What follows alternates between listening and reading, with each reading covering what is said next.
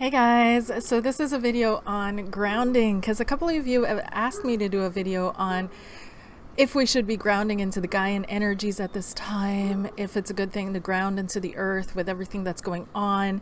Some people are coming from the state of thinking that the earth is going through such massive changes that if we ground ourselves into that energy, those changes will accelerate or bring changes to us which are out of our control. Or others are thinking the earth is already going through so much, we can't add our cares and worries to the earth as well.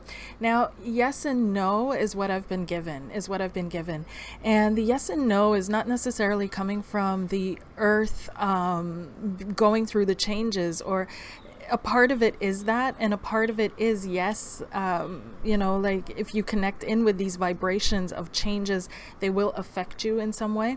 But it's also, we're meant to ground into our bodies. Our bodies are an expression of earth.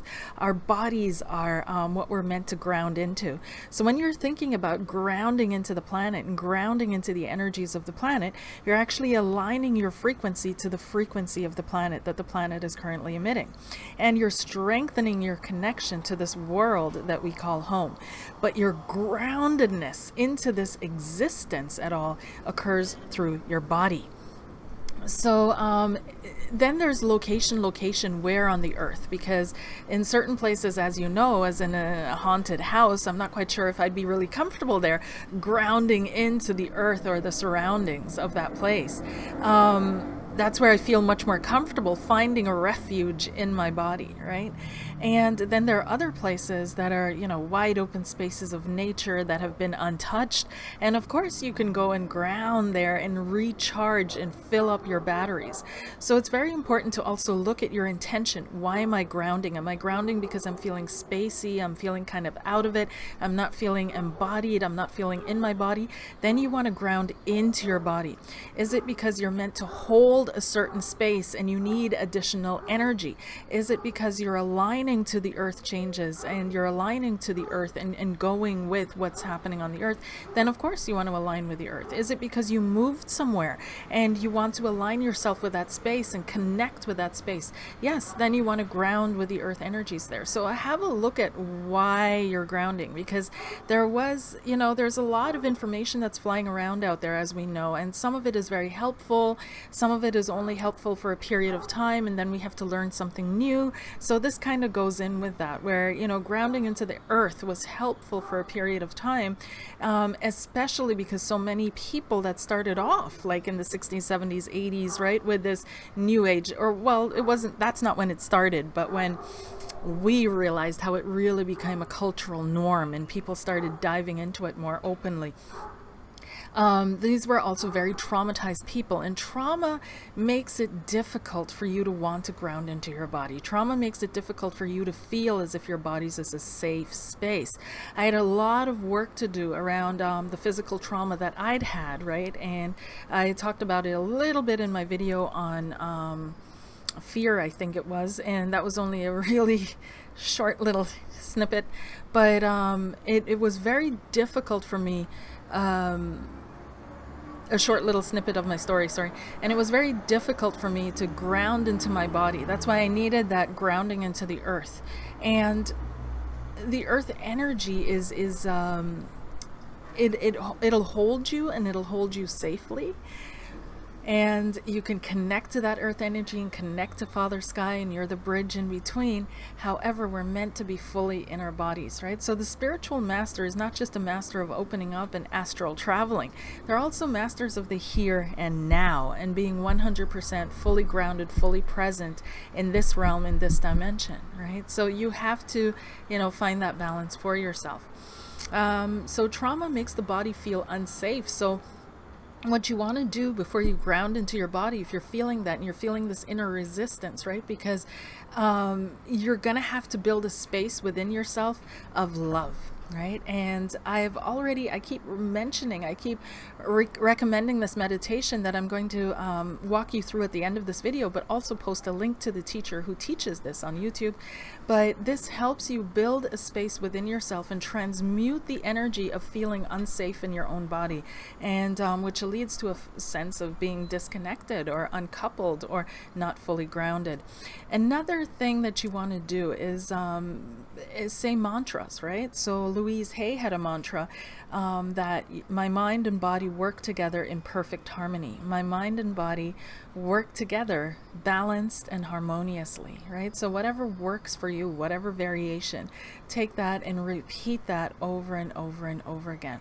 And another thing that was part of my personal journey is watch what you eat. You really have to make sure that you're getting the nutrients that your body desires, needs, deserves, right? This is part of loving yourself, is taking care of yourself.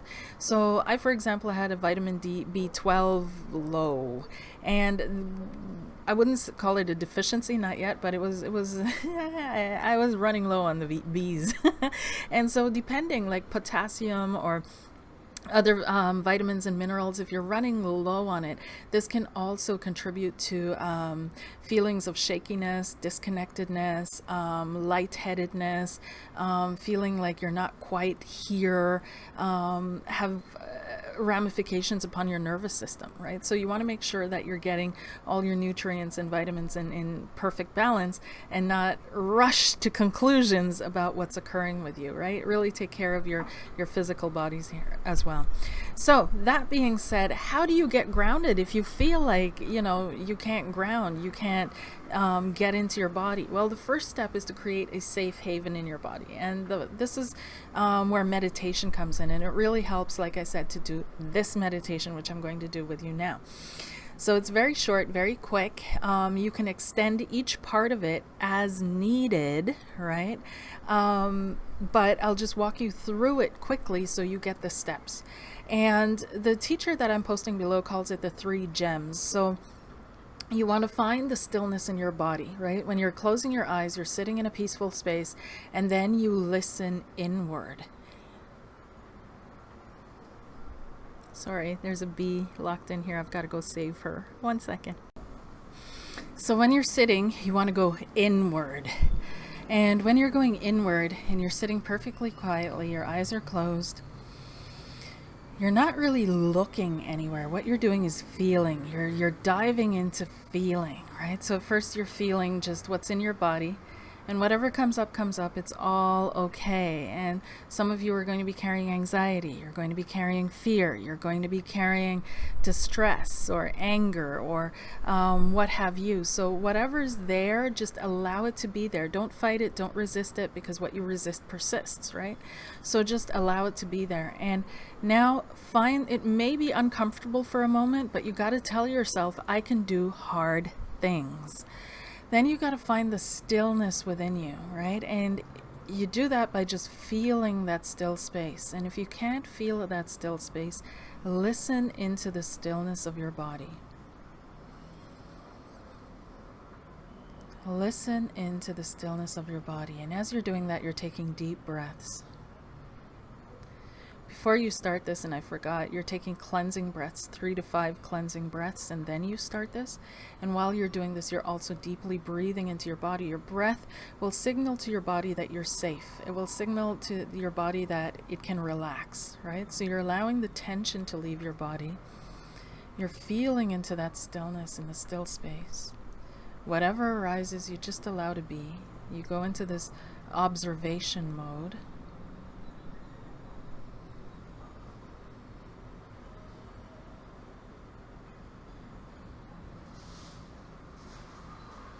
And you allow that stillness to expand. And the trick here is not to do anything. So you don't want to create a stillness. You don't want to, because the minute you start doing, you're in the wrong space. You're in your ego mind. You've just got to allow and release and allow the stillness to reveal itself, right? There's nothing to do here but just be.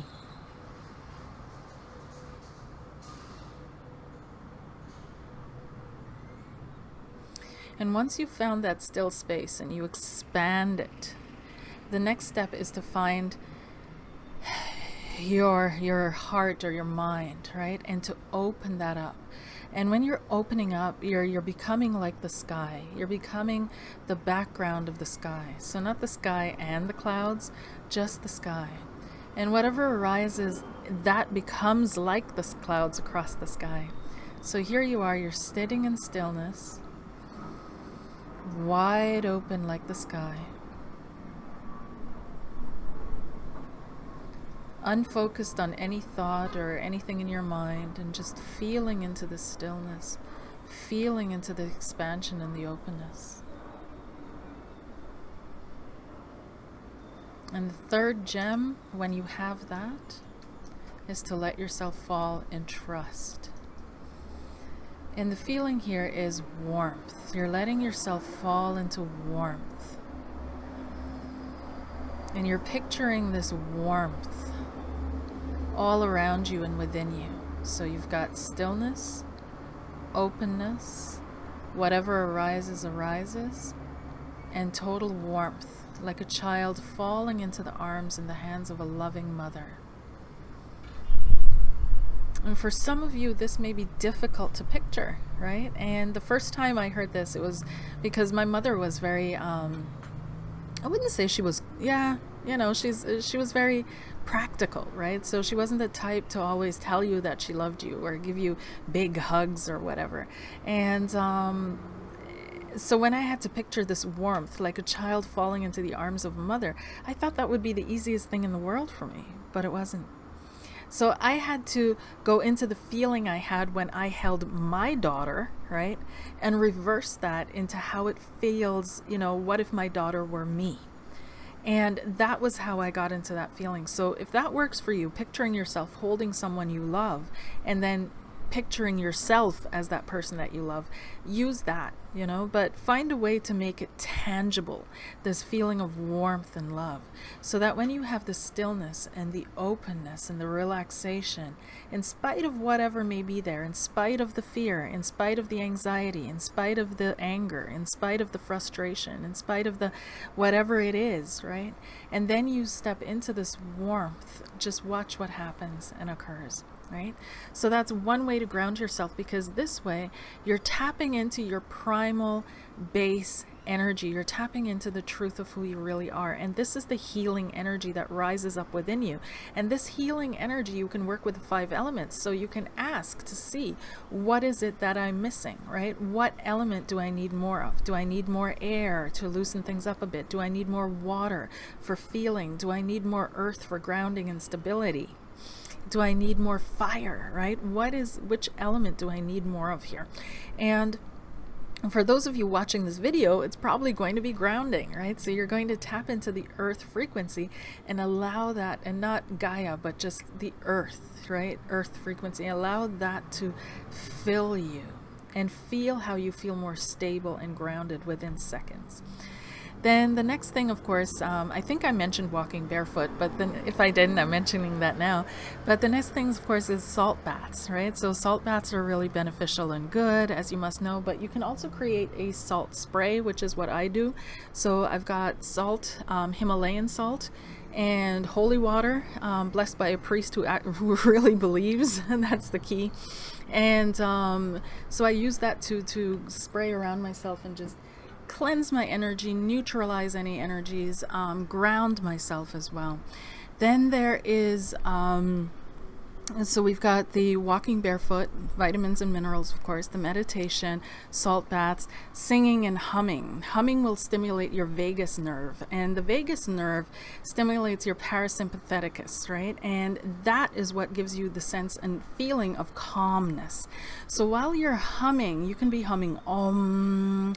Make sure it's a nice, rich, deep, grounded tone, which really gets into your heart space, gets into your root chakra and your sacral chakra space, and really bring that Om down, right? So Om, and feel it vibrating where it needs to, and whichever layer of being it needs to vibrate into to ground you down.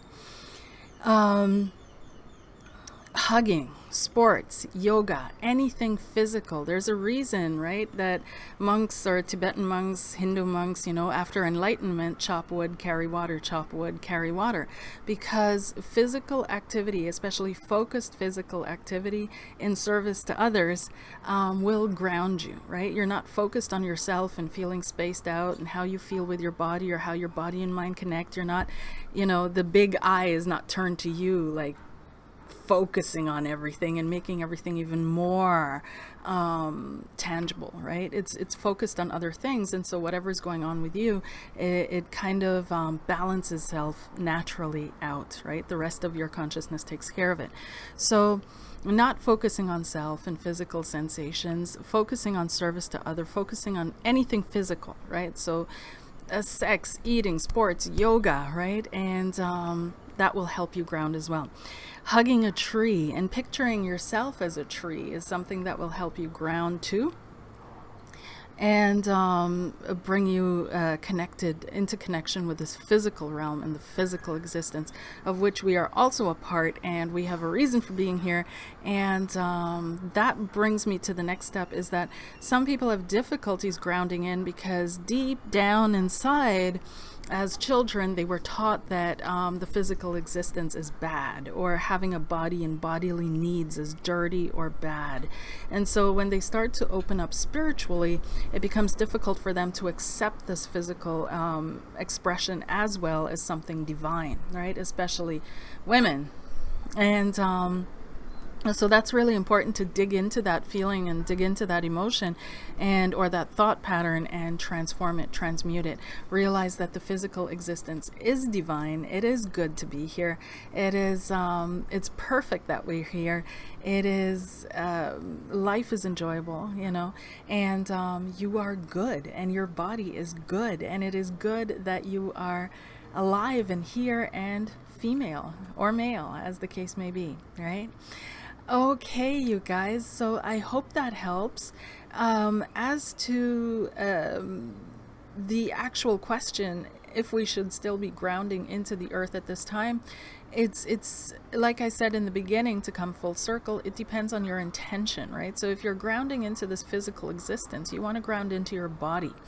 And if you're trying to connect to the earth, and you're trying to connect to what's going on, and you're trying to bring up energies or build up your energy or re-ground yourself or strengthen the grounding energy within you, then yeah, you want to connect to the earth. But then you have to be careful which locations you connect into. So haunted house areas and things of that nature is not necessary. You want to get there grounded. You don't want to ground in that location.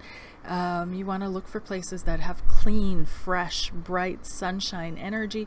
The best places are those that carry, of course, all four elements. So water, sun, fire, air, wind, and earth, right? And yeah, so let me know how these work out for you, and drop it in the comments below. If you would like to join my psychic development group starting March 8th, the link is in the description box below. I'm excited to meet you there and get to know you. Otherwise, these kind of videos are usually over on my Patreon, so if you're not supporting me there, you're not seeing the information that I'm putting up there. Take care. Bye.